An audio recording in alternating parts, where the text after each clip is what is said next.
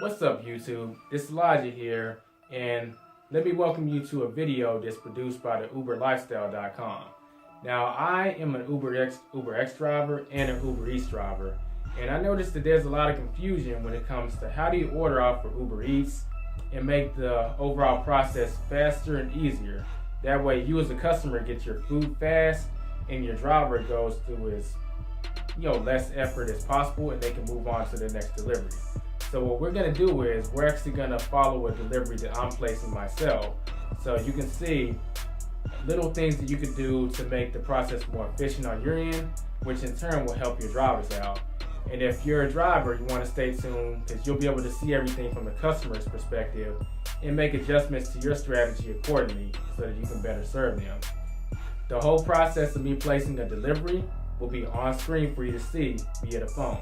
So let's get into it. First thing you want to do is click the top button to set what kind of address it will be delivering your food to.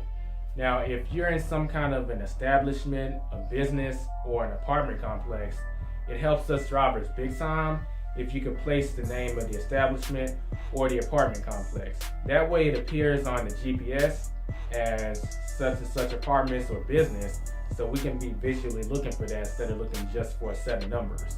It also helps in the GPS itself in terms of directions, which means we'll be able to get your food to you faster. If you're in any kind of apartment complex or a suite of any kind, you want to be sure to leave that right here, because without it, we'll arrive at your location, but we won't know where to bring your food to. If there's any information that you feel that your driver is going to need, such as directions, or make sure you take it right here once you enter the establishment, you want to put it in your delivery instructions. This goes double for whatever reason your driver needs some kind of gate code to gain access to your area of residence. Without that gate code, we have to get in contact with you, and that could push you getting your food back a full 3 to 5 minutes. I'm sure you're hungry as I am, right? So let's go ahead and speed up the process so that we can both move on to what we want to do. So since I'm at a Tom Thumb, I'm going to let them know that, hey, I'm going to meet them outside. That's the instructions I'll be putting in the app for my driver. Now, you can order this ASAP, or you can actually schedule a delivery if you want to. Now, I'm going to order the tofu fried rice. If you have any instructions for the restaurant, such as more sauce, more salt, more pepper, more spice, etc., you want to put them in the add a note section, or the note section. The note section is not to be confused with the delivery instructions. The notes is for the restaurant, delivery instructions are for your driver.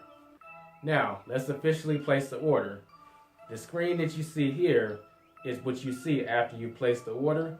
The order has just been received by the restaurant, and they'll be in the process of making it. Once the restaurant is finished making the food and the driver has officially picked up your food, you will see this screen here. This screen shows exactly where your driver is, what path they're taking towards you, and how long it's going to take them before they reach your location. On the driver end, you should note that as soon as you start the trip, the customer sees this screen, so they'll be able to visually see where your car is from that time forward. Just some good information, just so you know this wouldn't be the best time to stop for gas. Once your driver is a few minutes away, be sure to stay close to your phone, because if for whatever reason your driver needs to get in contact with you, you'll be right next to your phone, so you can go ahead and get in contact and get your food as quickly as possible. And there we have it. I have my tofu fried rice, and you're seeing me chow down on it while making this video. No, but seriously, that completes the whole delivery process when it comes to doing a delivery from the customer end. So customers, you've learned things you could do to speed up the process and get your food faster. And drivers, you've learned what the customer sees on their end. So take this information and make some tweaks to what you're doing so that you can improve their overall experience, and also you can get to your next delivery faster. It's a win-win. If y'all have any questions, both from the customer and driver side, you want to go to www.theuberlifestyle.com and get all your questions addressed. You can leave them in the comments. If you like this video, be sure to give a thumbs up, subscribe, and please share with everyone because it can benefit both customers and drivers alike. This is Elijah. Until the next video. Peace out.